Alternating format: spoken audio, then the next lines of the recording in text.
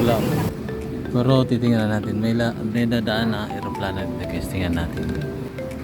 Makarinig na naman tayo ng ano guys. Beef or chicken? Beef or chicken? Chicken lang ma'am. Hello guys, welcome back sa ating channel. Lakad tayo para makapag-gym. Parang sobra 1 week na akong walang gym. Kaya mag-gym tayo ngayon. Ito na lang tumila yung ulan. May bagyo ngayon sa Manila. Pero napatsa pa rin. Gym pa rin tayo kahit may bagyo. 1 week din napag-gym tayo. Yan, mapupunta ako sa gym. Kaya lakad ko lang para exercise din ang ating mga paa. Kaya naglalakad lang pumunta doon. Sabi sana yung bagyo ngayon, bagyong Luis. Kaya yung lakas nila. Ito lang naman ko nakalabas.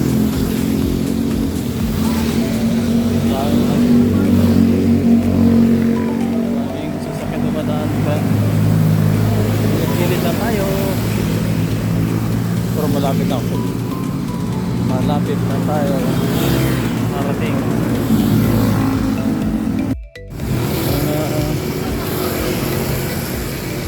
10 minutes walk lang siguro galing sa bahay. Paglakarin ko itong gym. Kaya alam mo lang ito.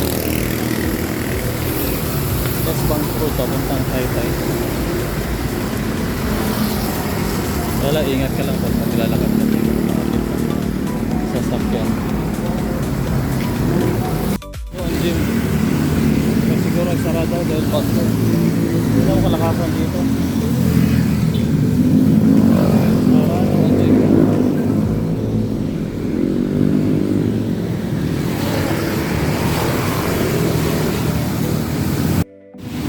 Balik na lang tayo dahil sarado ang gym. Hindi nagbukas si ate. Bagyo din yung gym niya. Pwede naman sana. Ano yung ambon? Inday.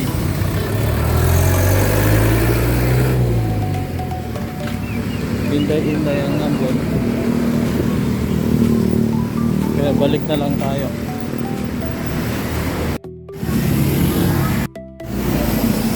Yung tulay dito sa amin. Hindi nga medyo masyado malaki ang tubig dahil hindi naman mataas ang tubig. Galing sa mga bahay-bahay. Hindi mataas. Normal lang ito.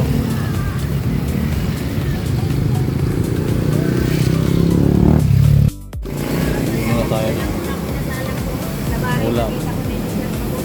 Hindi ako magluluto. Hindi na lang. Hindi ko na nakita. Pagdating ko sana, yung agad ko sa...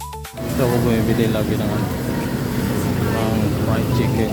Masarap ang kanyang fried chicken na tinda.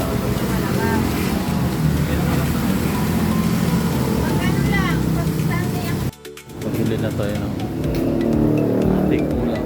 Uwi na tayo sa bahay. Bahay na tayo. Uwi na lang tayo.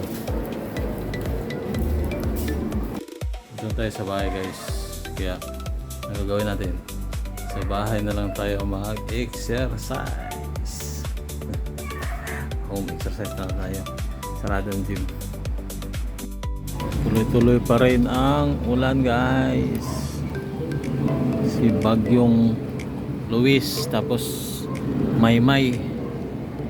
Ayan, hindi makikita yung makikita ang Antipolo.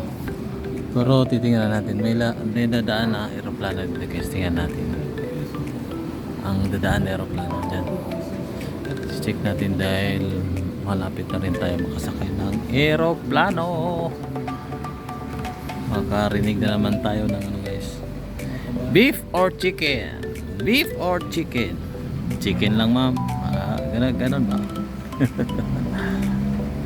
tayo natuloy ng ano guys, ng pag-gym dahil sarado si ate, sarado ang kanyang gym kaya balik tayo dito sa bahay.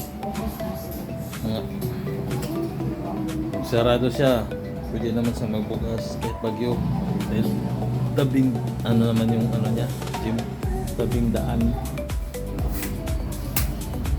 Pwede lang. Pwede siya bukas. Bigote naman din kasi buong araw nga naman nag-ulan dahil sa bagyong Louis. Tapos may paparating pang bagyong Maymay. Yan. Ang aeroplano guys. Titingnan na. Ayun. May nakita ng aeroplano guys. Abangan natin ang aeroplano. Excited na ako. Dahil makakasakay tayo ng aeroplano. Malapit na.